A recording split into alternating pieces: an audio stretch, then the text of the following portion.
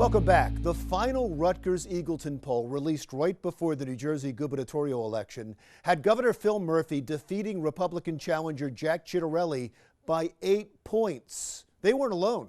Monmouth University's poll predicted an 11-point win. Instead, the race was a nail-biter. How did the polls get it so wrong? Here's Ashley Koning, director of the Eagleton Center for Public Interest Polling at Rutgers University.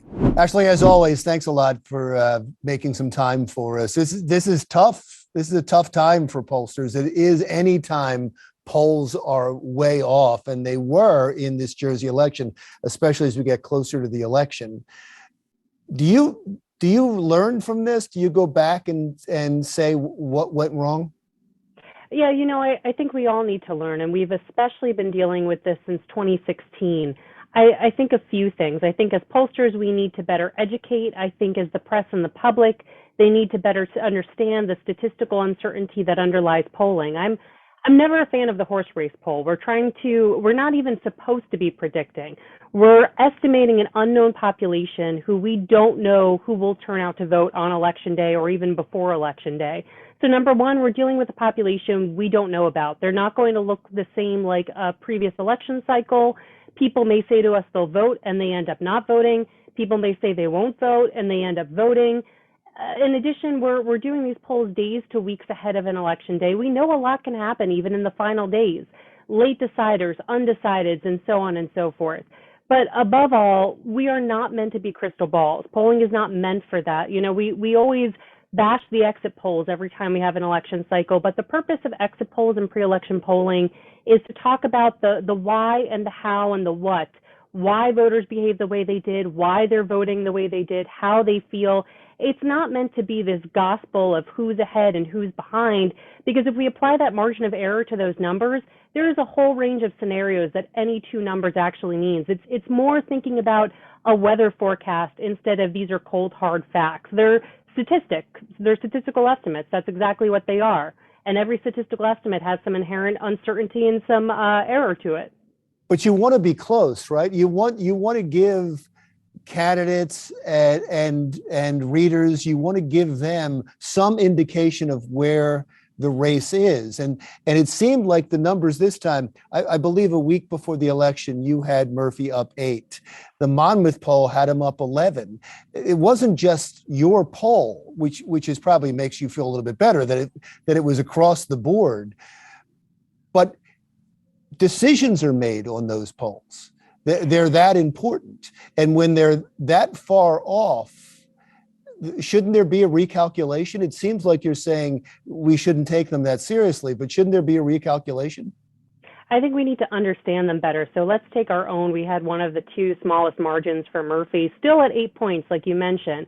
But we need to take into account that margin of error, right? I think that's what we need to do a better job educating and trying to make the press and the public understand better.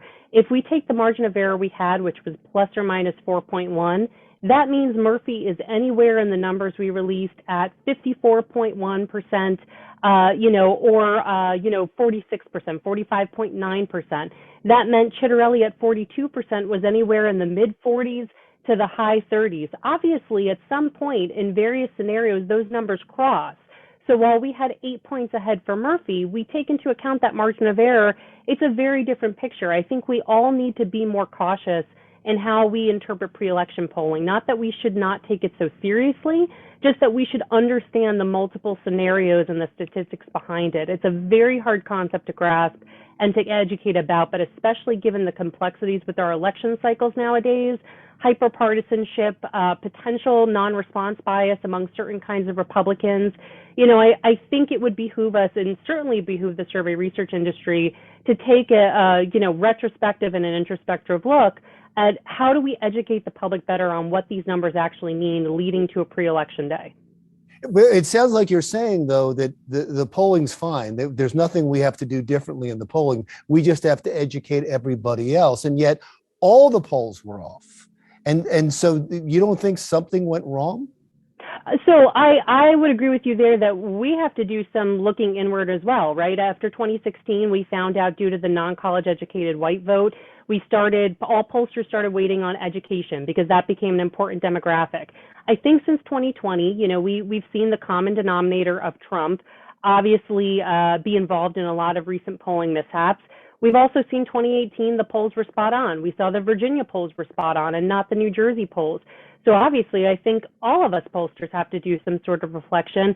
I think a lot of that may come to, do we finally see some non-response bias between those Republicans responding and those who are not? For example, in our own pre-election poll, we actually saw that those that we contacted from the same sample, but contacted by text pushing to web instead of calling them on a landline or cell phone, were actually much more likely to go for Ciattarelli than those answering by phone.